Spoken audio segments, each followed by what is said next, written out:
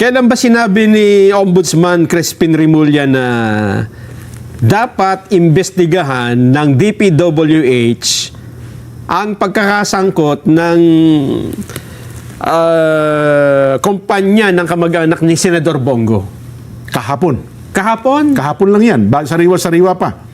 Ito, mayroon pa lang tayo report. Ito na. I-report pala. Sige, sige. DPWH at Ombudsman idinadawit ang kumpanyang pagmamayari ng pamilya ni Senador Bongo.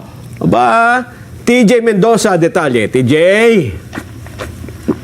Jen and Nelson, iimbestigahan na ng Department of Public Works and Highways o ng DPWH ang maaaring kaugnayan ng mag-asawang Sara at Curly Vizcaya at ang CLTG Corporations na iniuugnay sa pamilya ni Senador Bongo.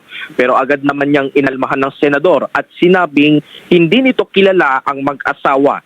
Yan ay matapos sumanong mabalitaan ni Dizon ang pag-atras ng mga Vizcaya na makipagtulungan sa investigasyon ng ICI, kaya agad tumawag si Ombudsman Boying Remulla. At sa kanilang pag-uusap ay sinabi ni Remulla na may posibleng pinoprotektahan ng mga Vizcaya na agad namang inalmahan ng Senador. Sinabi din ng Senador na mayroon nga mga joint venture ang CLTG at ang mga Vizcaya. Tapos na anya ang mga proyektong ito at napapakinabangan na ng publiko. At kung sakali mang may makitang anomalya sa mga proyektong ito ay sinabi ng Senador na handa siyang kasuhan kahit pa ang kanyang sariling mga kamag-anak.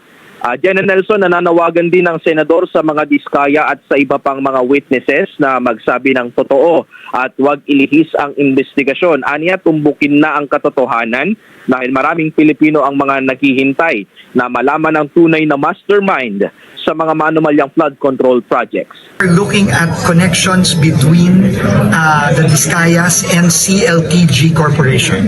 Yun ang usapan namin ni Ombudsman kagabi. At after namin, nung nalaman siguro niya, because he was in Baguio, nung nalaman niya na lahat.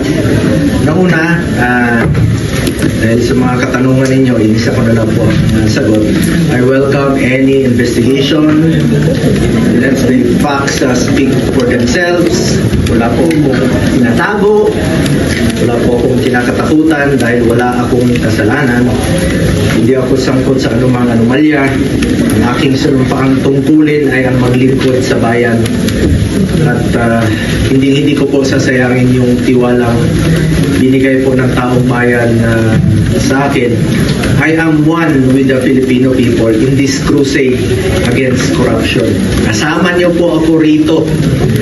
At hindi po tayo titigil at huwag po tayong pumayag na ilihis ko ang katotohanan. Kasi pag inilihis ko ang Ayun lang naman, sabi niya, parang bumabalik tayo dun sa nakaraan, samantalang tayo ay papunta na dapat dun sa But at pasulong least, na. wini-welcome naman niya anumang magiging investigasyon. At saka hindi naman siya personal lang kundi yung kumpanya na pag-aari ng kanyang kamag-anak.